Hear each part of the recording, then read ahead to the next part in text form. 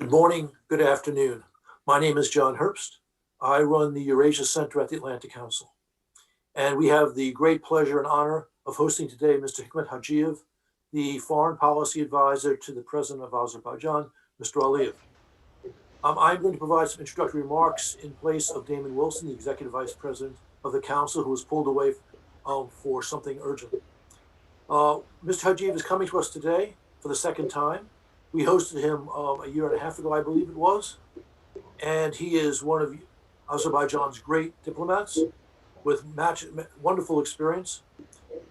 He is coming to us today from Baku. He's coming to us at a critical time. Our event this morning follows, or this afternoon, depending upon where you are, or this evening if you're in Baku. Our event comes to you today after the summit in Moscow a few weeks back between President Aliyev and Prime Minister of Armenia, Pashinyan, and of course President Putin of Russia. It comes as we look forward towards what's happening next on this conflict. So I'll now turn this over to Mr. Hajiyev. We'll have a few remarks, then I'll ask him some questions, and then we'll turn to the audience for questions. So Mr. Hajiyev, again, welcome.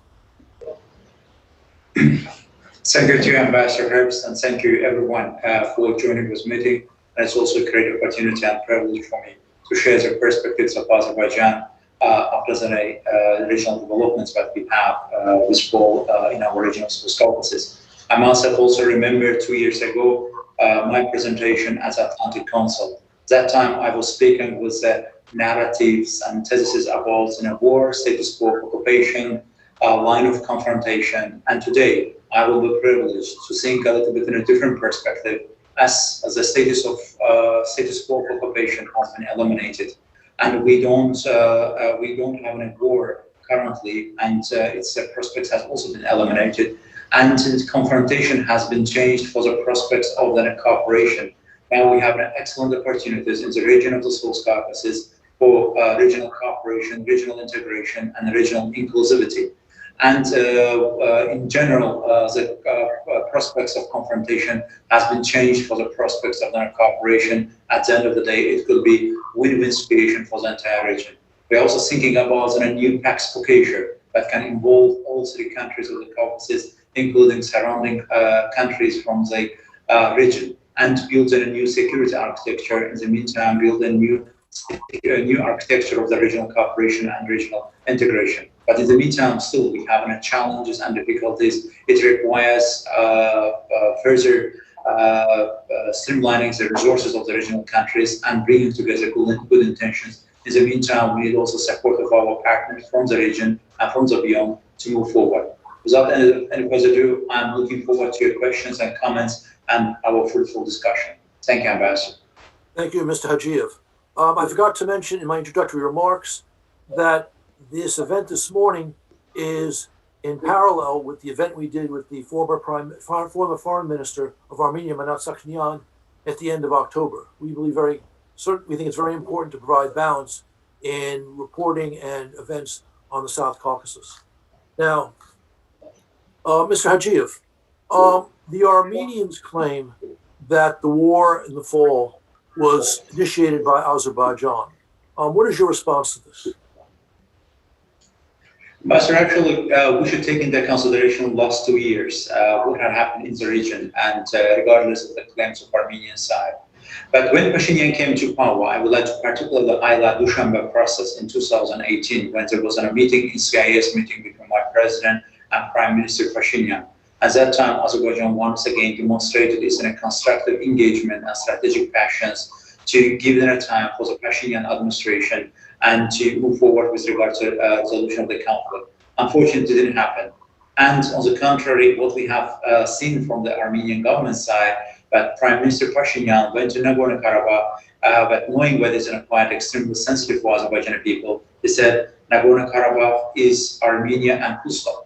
And then Armenian Minister of Defense, it was also one of the changing elements in the wider regional security architecture. And he said new wars for new territories. Actually, he declared this preemptive strike concept of the Armenian armed forces in the United States.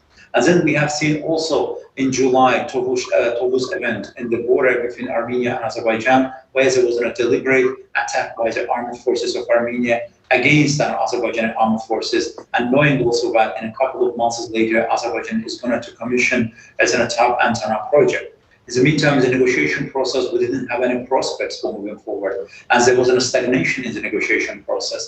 And all of those elements added to further escalation of the situation, and it also ended up 27th of September. We have seen deliberate attacks by the Armenian armed forces against civilians of Azerbaijan and also armed forces of Azerbaijan. But at that time we said, enough is enough.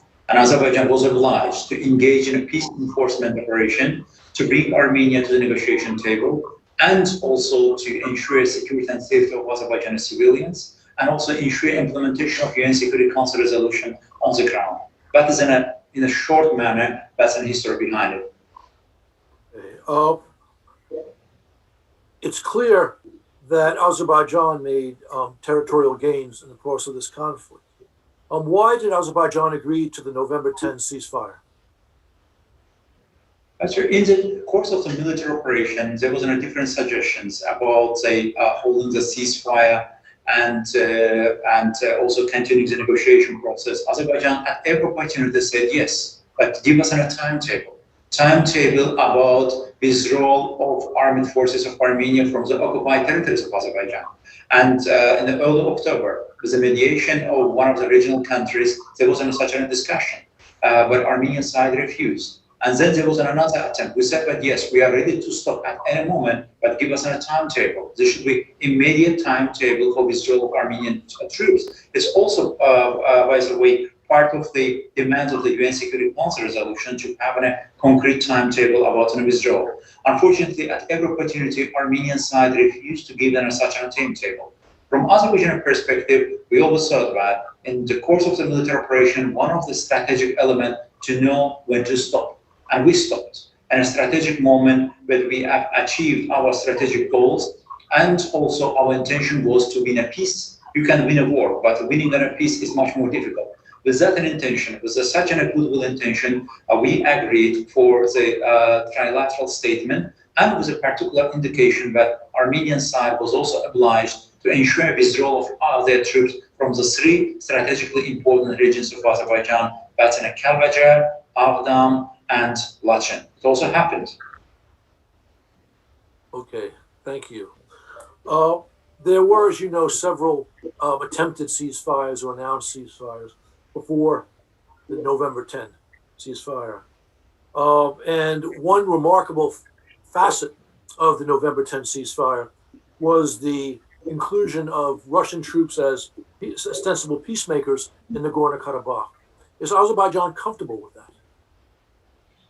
In general, yes, and it's also part of the trilateral statement by three parties, and there was a mediation of Russia, Azerbaijan, and Armenia. And as a host country, we agreed for deployment of Russian peacekeeping personnel. It wasn't the exact number. It is 1,963 personnel have been deployed. So far, we have an open dialogue and communication with the Russian peacekeepers, and they're fulfilling their job in a professional manner, and also trying to keep in a good balance and open channel of communication between Azerbaijani side and Armenian side. And from that perspective, really, we are satisfied, and we are also trying by all means to facilitate their job in general to fulfill their mission, because Azerbaijan also provided its communication and connectivity lines so that they can also reach effectively and in an efficient manner to the areas where peacekeepers have been deployed, especially providing railway system of Azerbaijan, because reaching the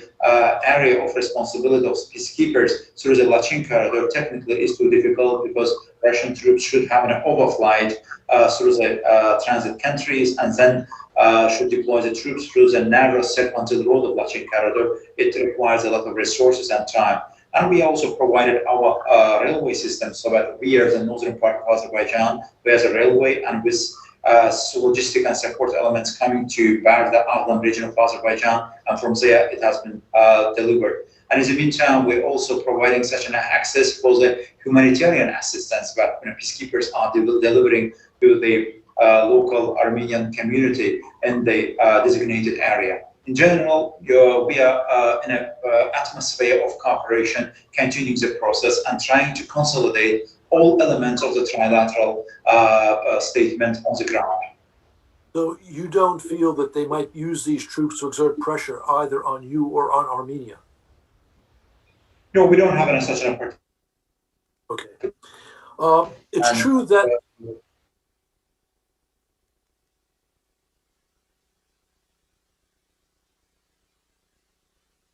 that the November 10 ceasefire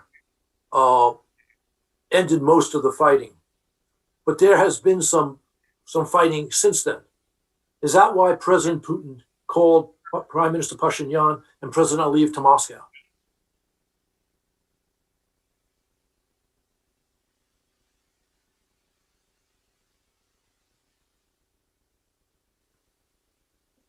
I'm sorry, this is Peter Gonzalez, the AV technician at Atlantic Council. It seems Right. that we're experiencing technical difficulties.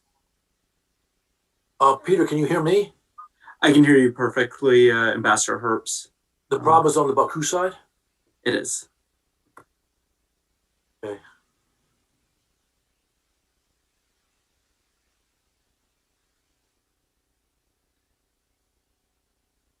Would you mind testing your audio? Sure, you mean by talking to you? Yes. Okay, Both of you, please. Should I continue talking or is it okay? It sounds great on your end, Ambassador Herbst. Okay.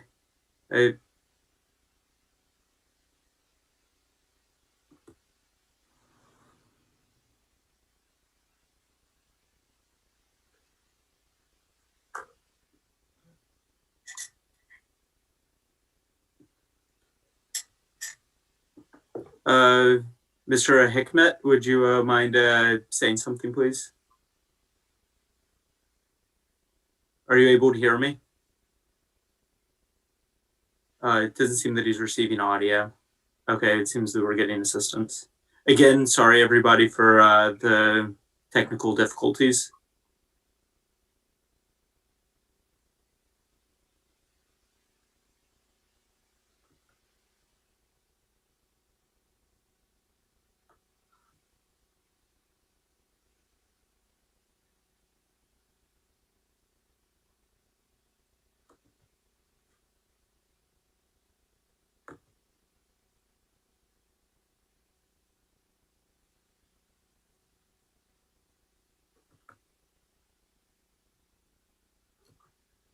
Peter, is Dick Morningstar with us? He is. I believe that he is an attendee right now. Attendee. Okay. I'll shoot him an email.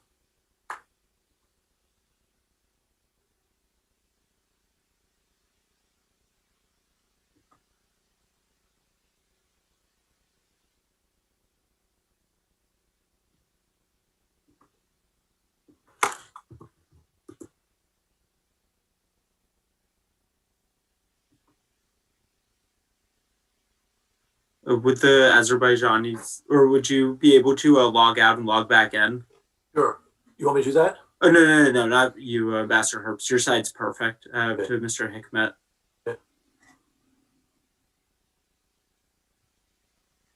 Should I talk to the audience while we're doing this? Yes. All right. If I talk now, can you make sure that I'm being heard by everyone? Right. I'm just You're talking heard, to you. you're heard by everybody right now. I am being Everybody heard by can hear. everybody. Everybody can hear what we're talking about. Okay, so then I'm sorry, folks, that we have this difficulty. We're in the process of trying to reestablish clear communication with Baku, and I think we'll have this wrapped up in a minute or two.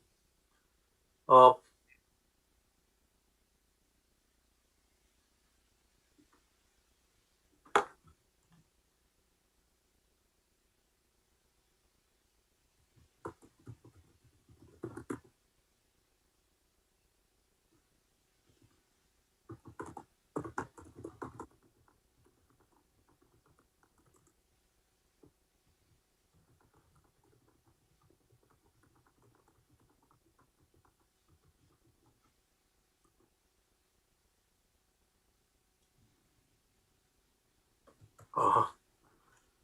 Okay, there we go. We're ready? Oh, no, not yet. I'm sorry.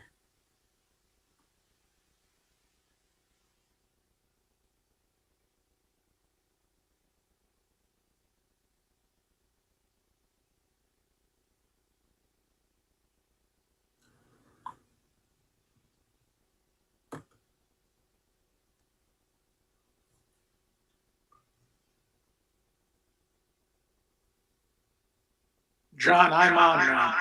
Great. Dick, send me your question and you'll get the very first question I ask.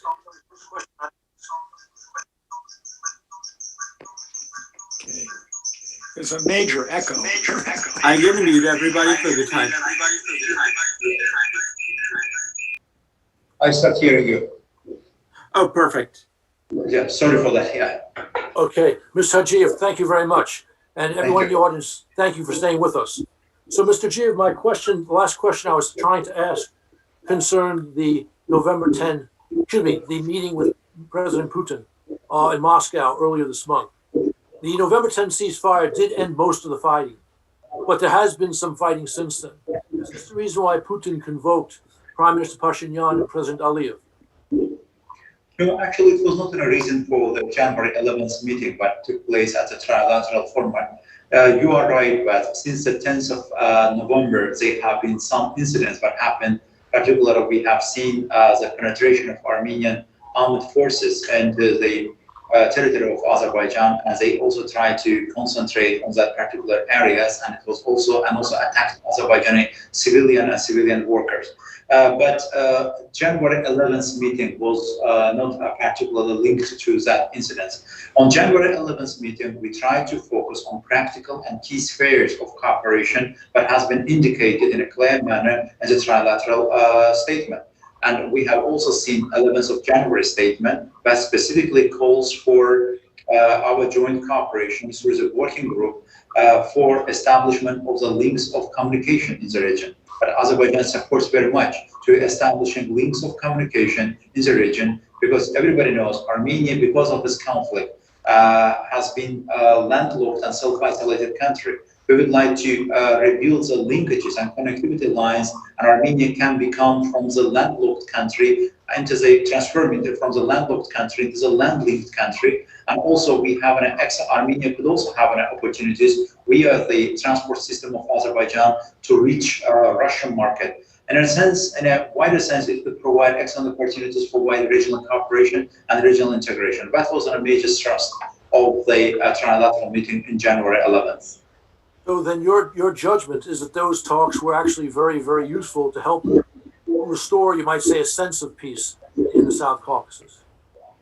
Exactly. It was about consolidating the result of the trilateral statement and also moving forward, opening the borders, opening the lines of communication, and also ensuring the prospects for Armenia's own integration into the region, and also to build a new architecture of the regional cooperation, and based on the new regional security architecture with the involvement of Armenia. Now Azerbaijan, for me, it is almost possible to involve that, and also rebuild our railway system that used to be operational even during the Soviet time, that links Azerbaijan and the Nakhchivan region of Azerbaijan, because Nakhchivan region of Azerbaijan was also under the blockade, and we couldn't also have a direct land reach to Nakhchivan. And by opening the borders, Azerbaijan will have a linkage to Nakhchivan, and via Nakhchivan to Turkey. Armenia can also have an opportunity to use Azerbaijan's lines and infrastructure to reach a Russian market.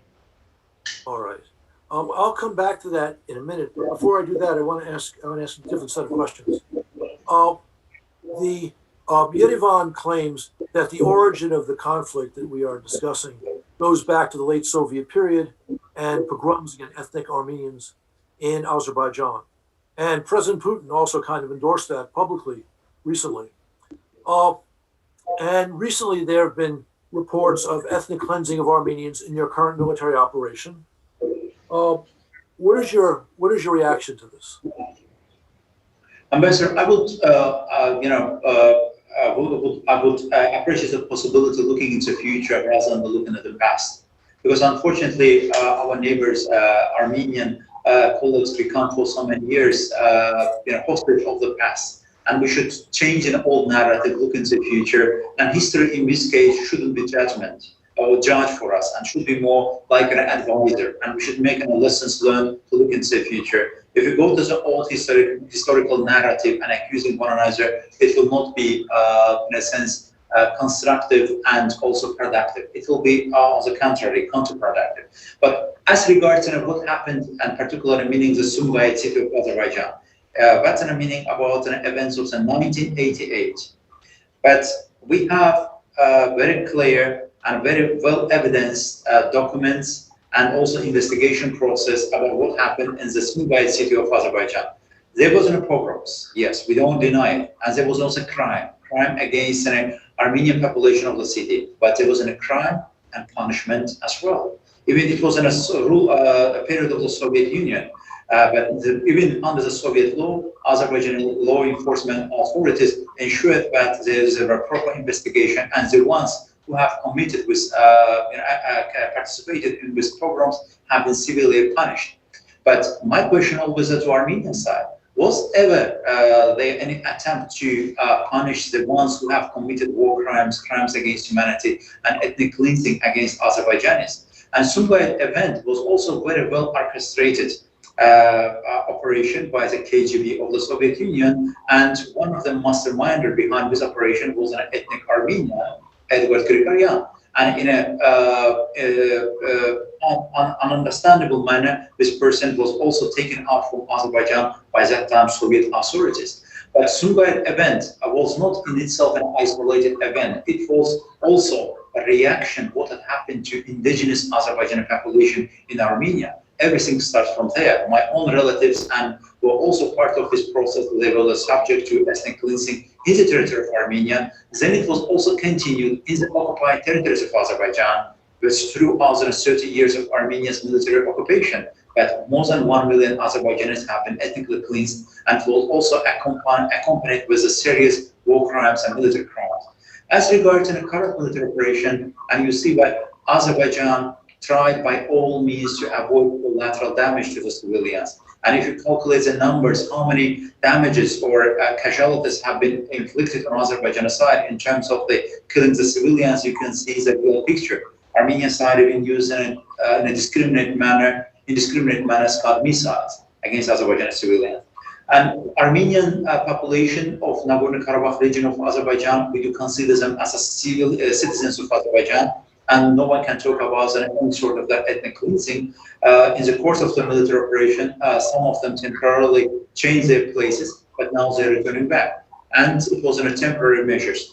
Therefore, we do consider them as citizens of Azerbaijan, and in the future process, we would like to see more integrated and inclusive approach with regard to the local Armenian population. But in the meantime, they should also respect the laws and regulations and territorial integrity of Azerbaijan. But in general, if you return back to the old narrative against an history and so on, there will be no real perspective for regional cooperation. Let's look into the future. Let's think about Armenia's own development. I would really take this opportunity to invite Armenian people in general, Armenian scholars, or average Armenian citizens, including the diaspora Armenians. Think about in the future. 30 years of military occupation, what you have achieved? Nothing. The cost of occupation was extremely high. I'm also visited along with the foreign journalists and diplomats to occupied regions of Azerbaijan. Almost everything has been destroyed. My question to Armenian people, Armenian militaries, what you have achieved? You destroyed once flourishing cities of Azerbaijan peacefully and Agdam. Really, we can see the 21st century real picture of urbicide. Urbicide is a genocide against the cities, let's say. But what you have achieved? Nothing. But now there is a real opportunity for the peace between Armenia and Azerbaijan. I mean, the Republic of Armenia and the Republic of Azerbaijan. We can transform the paradigm of the region and build new regional security architecture based on the concept that two countries respecting one another's borders, respecting one another's sovereignty, and ensuring that the elements of the use of force are taken out from the agenda. I understand your point about focusing on the present and the future. History is very important to understand things, but also sometimes becomes part of the polemics leading to additional hostilities. Although I understand the importance of historical memory. All right. So what do you think are the prospects for truly moving forward? You outlined the positive results of the meeting in Moscow earlier in the month. So what do you think comes next? What's going to be the next trilateral meeting? What's that going to focus on?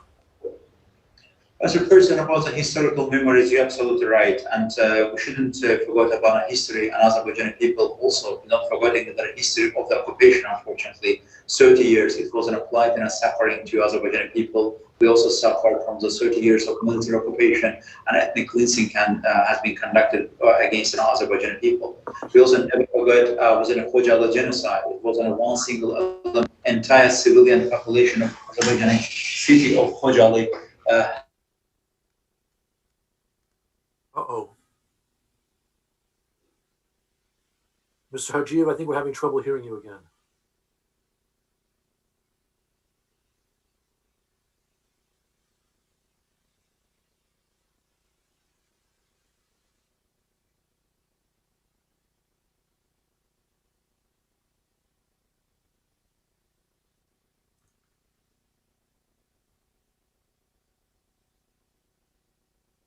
All right, folks, once again, we're having some trouble in our communications with Baku.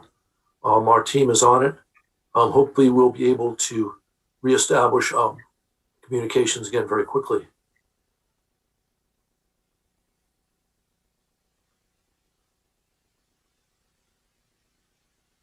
I will ask one more question when we get. Yeah, Ambassador, I'm back. Good, terrific. So Yeah, you were saying. Yes, about the future prospects of the region, and my president was an initiator of the platform 3+3. First, and here there should be regional ownership and regional initiative and also regional responsibility in the region of the South Caucasus. And my president also mentioned that Azerbaijan doesn't have any longer any problem with its neighbors, and meaning Armenia as well. We would like to turn this page and usher in new page in the history of the region and future prospects. And in this process, we also see our regional partner and friend of Azerbaijan, strategic partner of Azerbaijan, Georgia, of course, as part of the regional process of cooperation. For first, three countries of the region should come closer together and build elements of the new regional cooperation. In the meantime, three big neighbors of Azerbaijan, that's in Turkey, that's in a Brazil country for Azerbaijan, Russia, and Iran. And finally, we could also have an element of 3+3 format of regional cooperation and regional engagement. Still, we have open issues, difficulties and challenges among the regional countries. But with platform, we do hope provide such an opportunity for wider and comprehensive regional cooperation. But of course, this process is an open-ended process. It's also open for our other partners as well. And I do believe here that United States as well can also contribute to the development of the regional cooperation, including the confidence building measures between Armenia and Azerbaijan. In other words, everyone should adapt to the new geopolitical realities. This new geopolitical realities is about the end of occupation and opening of the new prospects of regional cooperation. But here, so that to make it sustainable and doable, we should avoid elements of revanchism in Armenia, and there should be durable peace between Armenia and Azerbaijan, and elements of the confidence building and peace building process between Armenia and Azerbaijan. All right, thank you. We have a great many questions in the queue, so I think we'll turn to our audience. Now, I have on line with me Ambassador Dick Morningstar, and while he comes forward, he'll ask his own question directly. Before that, we have a question from Alex Rafoglou. It says, does Azerbaijan still consider the U.S. as one of the mediators of the peace process? And if so, what do you expect from the Biden administration in the months ahead? And after that, Dick will have his question directly to you. Yeah. Can I answer? Please. Yes. As regards to the Biden administration, of course, we wish him all the success to the new administration. There are a lot of familiar faces and people in this new administration. Of course, what are our expectations? We would like to see more active engagement with the United States new administration with the region of South Caucasus. As regards to the future peace building process, and we do also expect that the United States new administration and everyone, we should change an old narrative into a new one, and we should not focus about new things. Otherwise, it would make us to return back to the status quo before the 27th of September. It's also our message to our Armenian side. We see that some revanchist forces trying to change the regional narrative to the old one, That's not helpful, that's not counterproductive. Let's focus on the future. As regards to the United States administration, United States government has a knowledge and experience, particularly in post-conflict reconstruction and development initiatives in many different parts of the world. Of course, it's not my intention to compare our region with Afghanistan or Iraq as a completely different atmosphere, but elements of the post-conflict reconstruction are an important element. Here we do see that the United States first can contribute effectively to the confidence-building elements between Armenia and Azerbaijan and building long-term linkages between these two countries.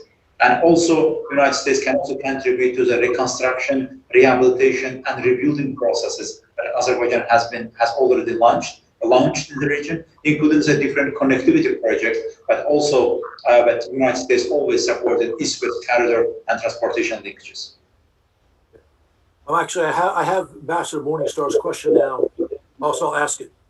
Given that Azerbaijan has recovered its occupied territories, what incentive does Armenia have to settle as long as Russians will protect Armenians in Nagorno-Karabakh? What incentives would Armenia have, and is it realistic?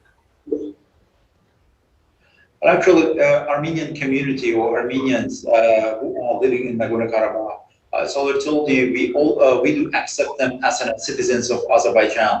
If they also accept Azerbaijan's citizenship and respect Azerbaijan's laws and constitution, and Azerbaijan provide all privileges and also all rights that's enshrined in the laws and constitution of Azerbaijan to the local Armenian community. But my question to them, well, now we in the deoccupied territories, we can exactly see the level of condition of in the occupied territories. It was an extreme level of poverty. There was no opportunities for the development, prosperity in this region. And now with the opening all of this, changing the page or turning the page of the regional confrontation into cooperation, we see that a lot of elements for their own integration into the development of Azerbaijan. And they can also get a benefit from the prospects of Azerbaijan's regional development concept. Here we see the real incentives, but they can also benefit. And also, Azerbaijan's market can also provide excellent opportunity for the local Armenian community to bring their products. Let's speak in economic terms. They can engage in agricultural field, for example, but if they take their products to the Armenian market, and it means that they should pass a 7 hours long circumambulation corridor and so forth. But they can easily, it was also rules of engagement during the Soviet time, even in older times, but they can easily bring their products to the Azerbaijani markets, can also get benefit from that and a higher prices for that. But trading is always better than fighting. And trading opportunities and some other opportunities, including the respecting cultural and religious heritage of Armenian community and of Nagorno-Karabakh region of Azerbaijan is also a key fundamental factor for us. Once again, I would like to reiterate that Azerbaijan always approach with a due respect to all cultural and religious heritage on its territory, and we are even proud of that.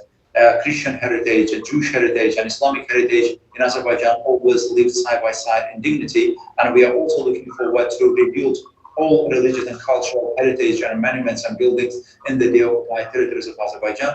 Unfortunately, a lot of cultural heritage of Azerbaijan has been destroyed in the occupied territories with an sole intention of erasing the trace of Azerbaijani people in those areas, including the mosques. But Azerbaijan will turn with page of destruction into the page of the reconstruction.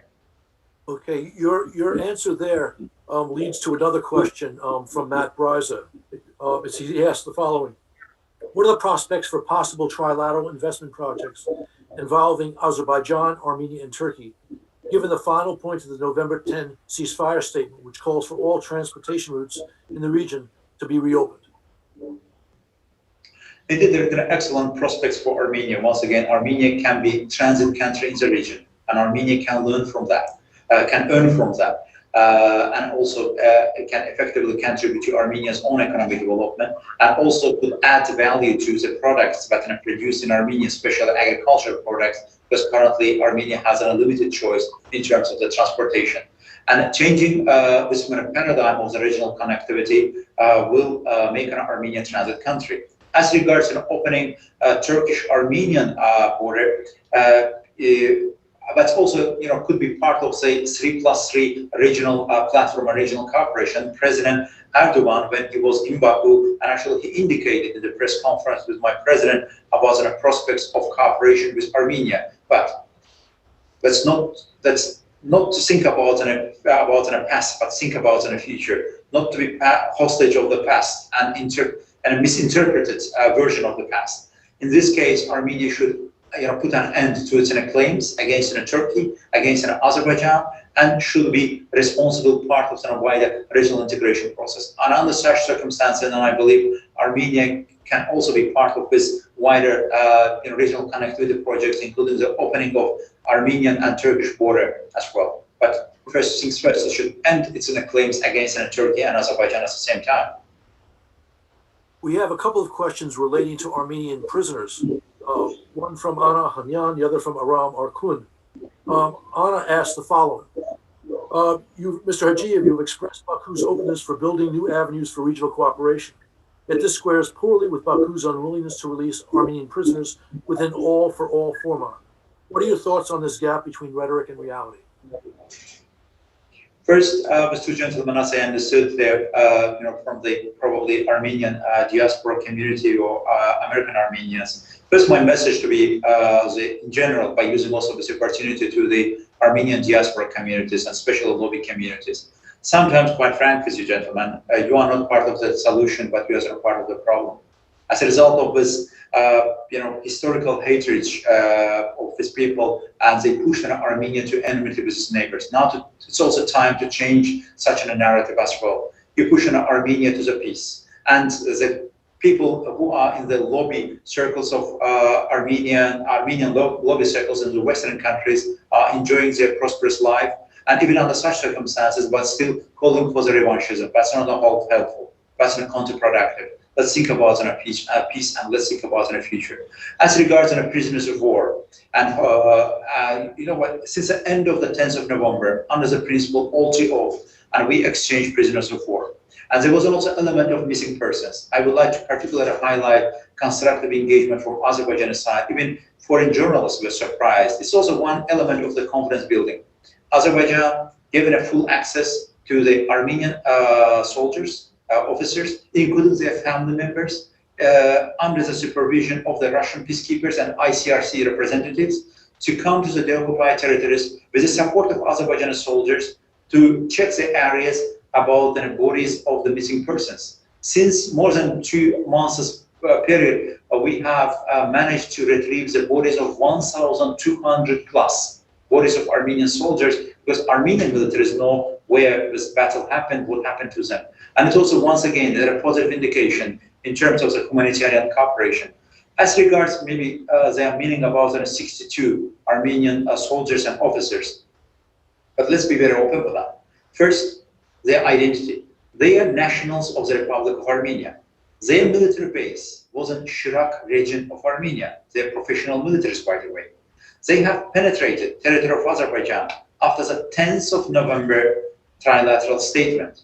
They also made a stronghold around Shusha city of Azerbaijan and capturing a couple of the villages. They even dragged heavy artillery to that area and making stronger fortification systems, and they also killed Azerbaijan civilian servants, mobile operator civilian servers who were establishing antenna over there. Therefore, under the criminal code of Azerbaijan, even under the international humanitarian law, this people and this group of soldiers are not considered POWs, and their category is something different.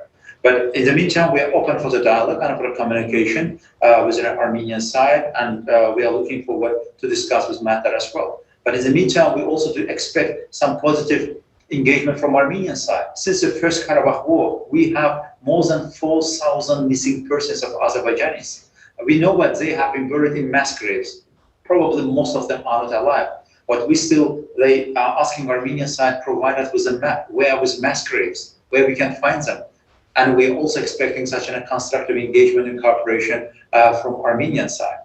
But in general, returning back to the confidence building measures between Armenia and Azerbaijan, I'm glad that since the independence of Azerbaijan, for the first time, Azerbaijan has a full control of its borders. 132 kilometers of Azerbaijan borders with Iran was open. under the occupation, along the Fizuli, Jabra, and Zangilan regions of Azerbaijan, and also Azerbaijan border with Armenia along Zangilan, Gubatlı, Lachen, and Kalbajar regions of Azerbaijan. It's in 500 kilometers length of the borders. But now we are under full control of these borders.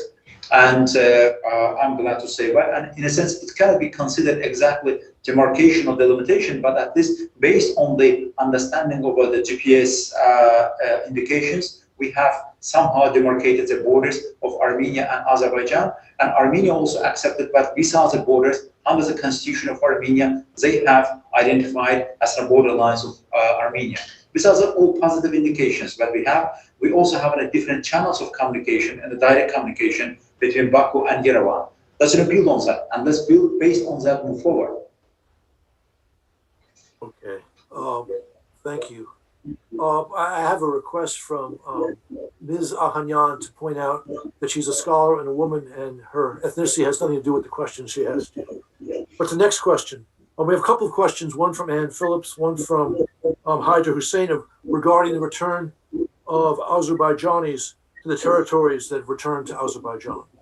Are there plans for the internally displaced people to go back? Yes, and first, the occupied territories of Azerbaijan, and particularly the 7 regions of Azerbaijan that have been deoccupied. Now, Azerbaijani government, we have established interagency coordination mechanism, because under such circumstances, coordination, cooperation, and consistency among the key government institutions is fundamental. And our key focus on reconstruction, rebuilding, and rehabilitation of these territories, and ensuring dignified and secure return of Azerbaijani IDPs and refugees. Unfortunately, nothing has been left on these territories. Everything has been destroyed. When Fizuli region of Azerbaijan has been liberated, and Fizuli was one of the prosperous cities of Azerbaijan, and Azerbaijani soldiers couldn't find any solid building even to put Azerbaijani flag. Therefore, it requires to building infrastructure, and including the social infrastructure, and also building government institutions on the ground. And we are currently started with an urban planning process, and also started with a demographic planning, which amount of the people, and within a certain period of time that we would like to return to these territories. We already started the process, but we are in the planning phase. But the key fundamental problem that we are facing is a mine problem, humanitarian demining we require, and also remnants of war, unexploded ordinances. It's one of the key priorities, because unfortunately, Armenian side, in the course of the military operation, contaminated whole area. First line of contact is a 5 kilometers depth area that were contemplated with the mines and exploded ordinances, and then other areas, and also in the process of retreats, Armenian armed forces also planted a lot of mines and exploded ordinances. But clearing and taking out with risk, and we are looking forward to start with a widespread reconstruction process. But currently we have already started with a key focus on building the infrastructure. Okay, thank you. We have a question from Ambassador Dick Hoagland, who would like to know, what role do you see for the OSCE Minsk Group in the peace process, and do you have any concrete suggestions? Actually, OSCE Minsk Group co-chairs in Azerbaijan in early December, and we have a discussion and consultation. General, in Azerbaijan, unfortunately, the reputation and image of the co-chairs of OSCE Minsk Group process is not high, due to understandable reasons, because 30 years we have rendered too much confidence for the resolution of this conflict. Unfortunately, it never happened. And we didn't expect that based on the mandate, OSCE co-chairs can push forward with a peace process, and also ensure the occupation of the occupied territories. It's not about the government officers, it's also wider public opinion in Azerbaijan, and it's an open secret, and I believe that co-chairs also know about that. But what about the future role? Future role of the OSCE Minsk Group co-chairs, but what we do expect, they should also adapt with new realities. Old narrative is not applicable any longer. Old narrative should be changed, and new narrative should be built. Where could be comparative advantage of co-chairs? Because so many years they're talking to both sides. They also carrying the messages and used to carry the messages between the parties. Or we do expect that they can also contribute to building confidence between Armenia and Azerbaijan through different projects. here we do see particular comparative advantage of OSCE Minsk Group co-chairs.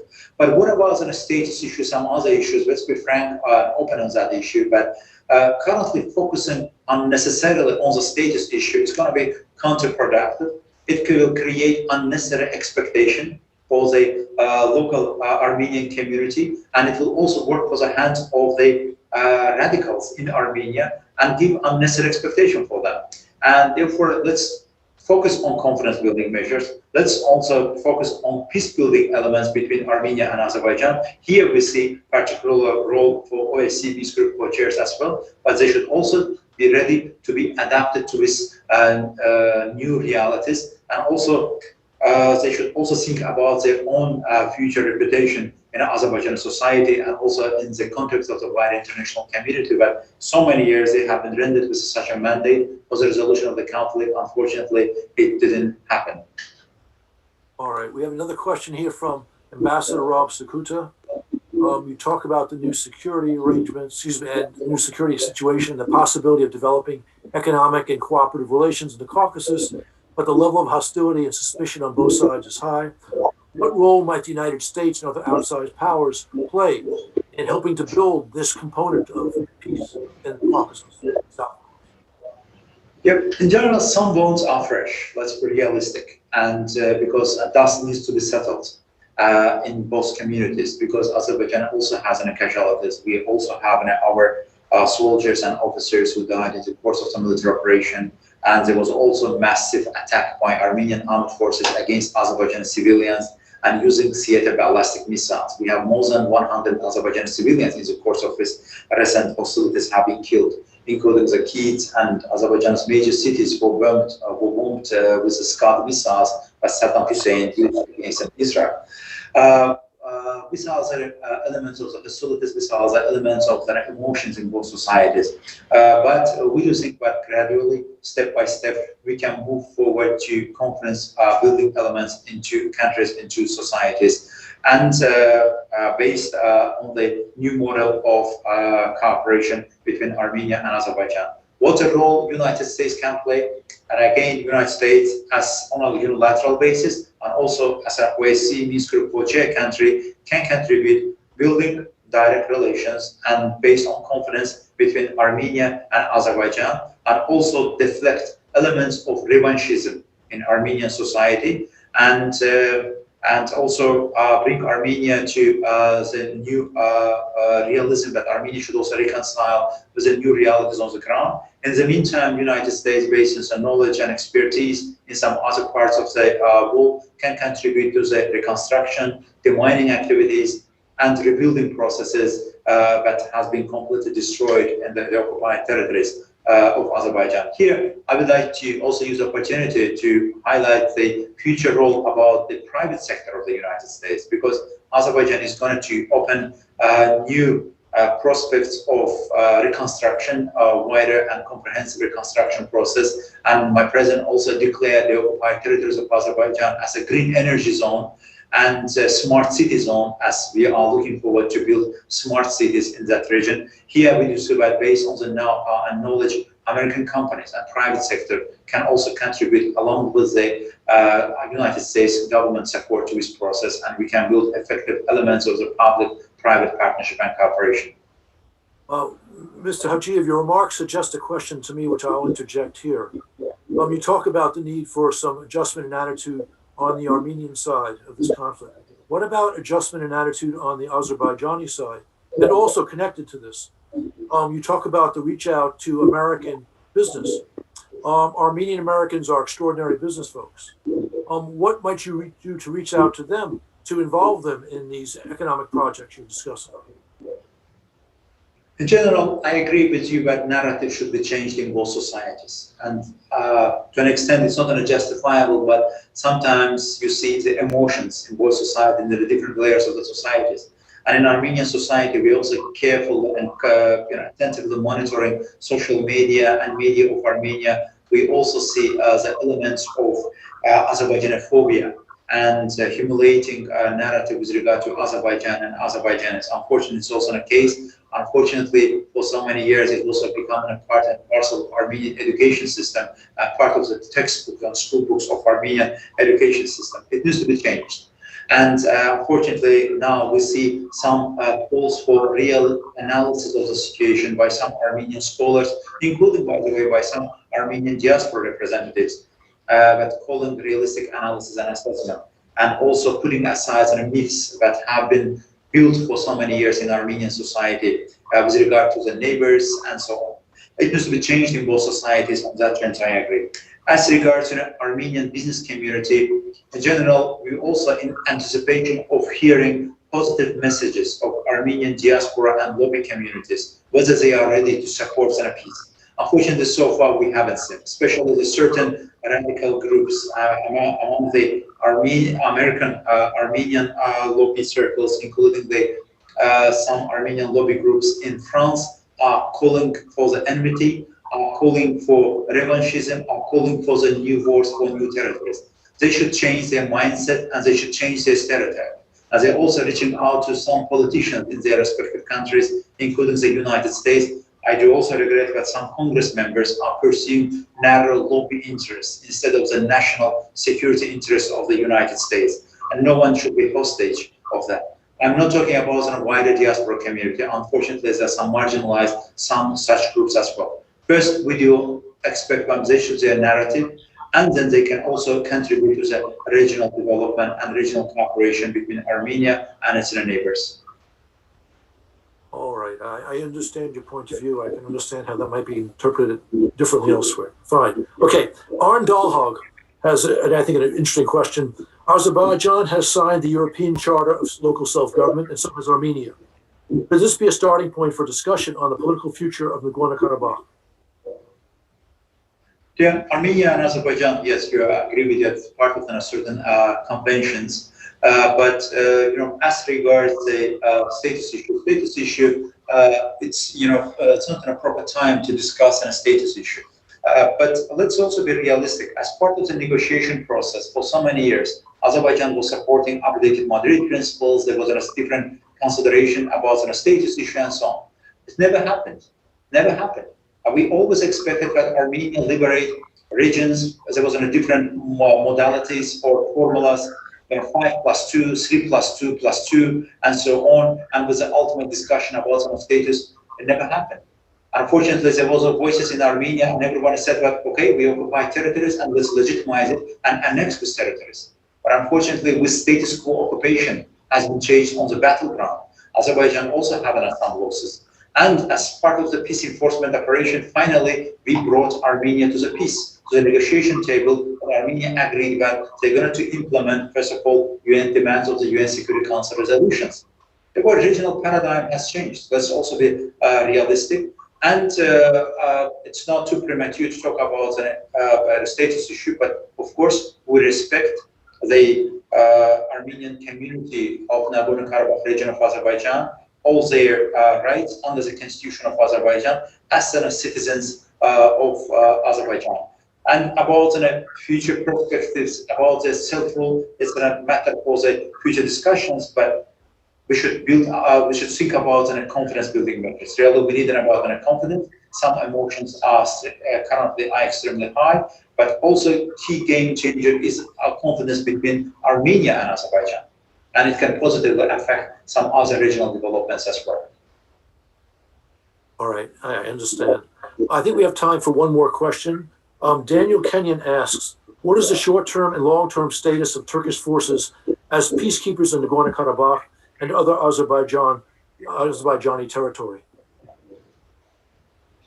Yeah, let me highlight once again the role of the Turkey. Unfortunately, there was a lot of speculations and unnecessary false propaganda in support of the military operation. But some said that Turkey is part of the military operation and so on and so forth. F-16s are here, or Phantom F-16s, shoot down Su-25 of Armenian armed forces. These are all simply just speculation. We do appreciate Turkey's support to Azerbaijan, moral, political, and diplomatic. And Turkey's support to Azerbaijan was also an important deterrent factor. and Turkey is also a regional country. Turkey is also one of the only country in the region that having borders with Azerbaijan, Armenia, and Georgia at the same time. Therefore, in the future paradigm of the regional security architecture, we see active role of Turkey, but Turkey can also contribute to building of the trilateral or multilateral form of regional cooperation in the region, including the elements of the opening borders of Armenia with Turkey and Azerbaijan if Armenia insists in claims against both of these countries. As regards the Turkish forces, we don't have a military presence of the armed force of Turkey in Azerbaijan. Unfortunately, it was also yet another speculation, and they came here for the military drills, or part of the military training. But we have joint monitoring center in our region of Azerbaijan, where the Turkish officers and Russian officers are placed, and this monitoring center will become very operational soon. Currently, we are working on certain technical parameters. Once there, Turkish officers will also have a chance to monitor development of the peacekeeping operation. We do think that it will be yet another element of their confidence and element of contributing to the successful completion of the mission of peacekeepers. Mr. Hajiyev, thank you very much for your time. We had about 200 people watching. We probably have 30 questions unanswered, but we'll have to just go. We'd like to see you in the future, and we will continue to do events on the South Caucasus, making sure we hear both voices from Yerevan and from Baku. But thank you all for attending. Thank you, Mr. Hajiyev, for your wonderful conversation, and we look forward to seeing you all again in the future.